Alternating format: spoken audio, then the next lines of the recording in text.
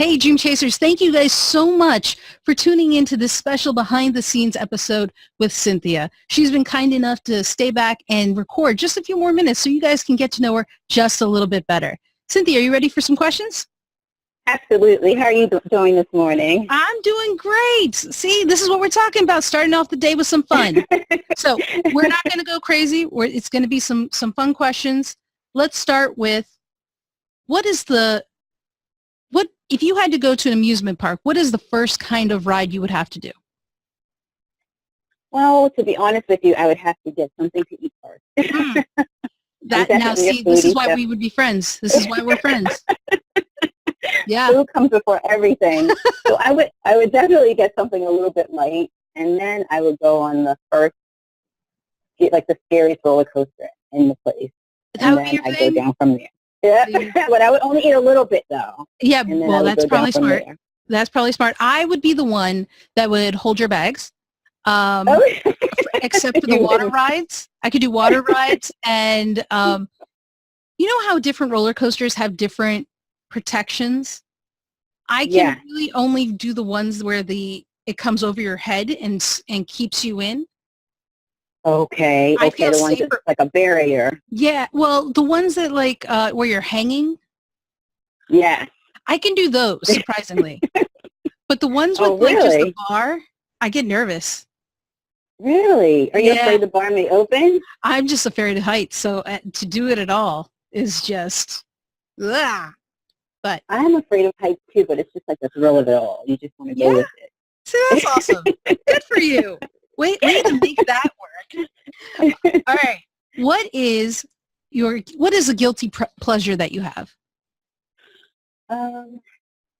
Not eating dairy, but loving ice cream. Ooh. Wait, is this a lactose thing? No, I just love I love the animals, and I don't want to eat them. Eating them is like eating family. Okay. So I don't eat meat, chicken, turkey, or dairy, but I do eat seafood though. Okay. But you could do ice cream. But your guilty pleasure is the ice cream, and I see where you're coming from now. Yeah. That's okay. So what's your favorite flavor? Can we ask? I like sherbet. That's my favorite. Ooh. Or anything mango. I love mango. An Indian.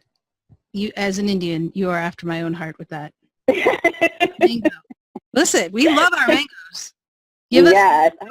We are hypes. That's what we are. Yeah. All right. If you had to pick one, what is the most important value you would teach your children? Honesty, kindness, or courage? That's hard because they're all so good. Right? I know.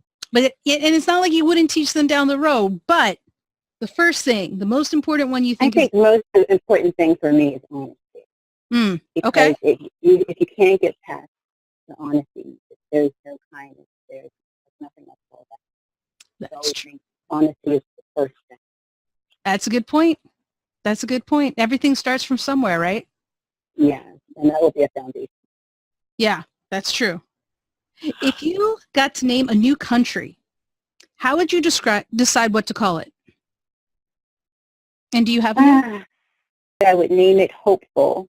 Oh, I like that. Yes. Any particular reason? I mean, I like it. Well, I'm sure you know that we have Love the Hopeful at our organization, where we give back to our neighbors in need. We give back. Absolutely. We reach to those in need. But that word hopeful is such a positive, word for everyone, not just our neighbors in need, but for me, for you, to be hopeful. It is an important thing. An empowering word, yes, and it's so empowering for everyone. So I always try to make sure I'm not saying like singling people out or this group or that group or just I'm all love. So I would say hopeful. I like it. Relate to everyone. That's fair. Okay, last question for this part. Okay. What is the last book you've read?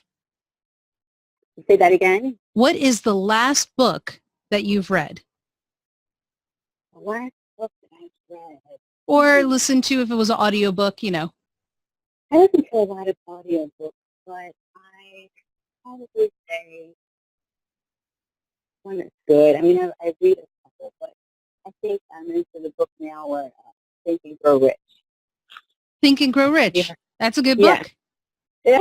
Have you read that book? I have. I think Yes, a lot of people. It's on my nightstand.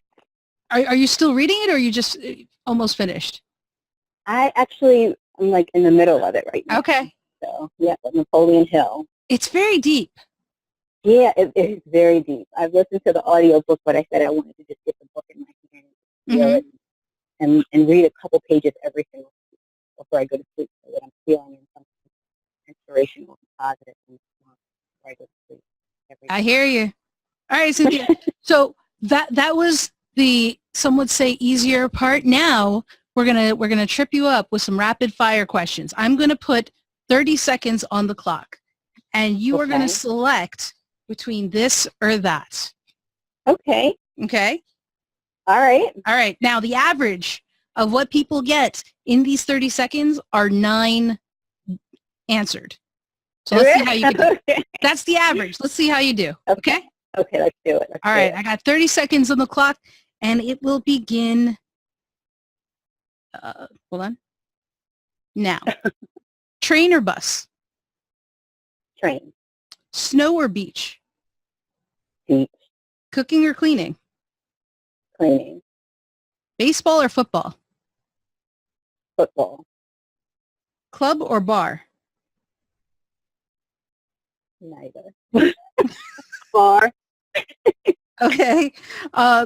Noise or silence? Silence. Spend or save? Save. All right. Let's see. Hopefully, how many did I get? 4, 5, 6, 7, 8, 9. Very nice. Good average. I think it was about 9, unless I'm counting the wrong things, but that's not bad. Nicely done. Good. Cynthia, thank you so much for taking some time to let these guys get to know you a little bit better. I appreciate it. Thank you so much. I really appreciate talking to you today, Amy.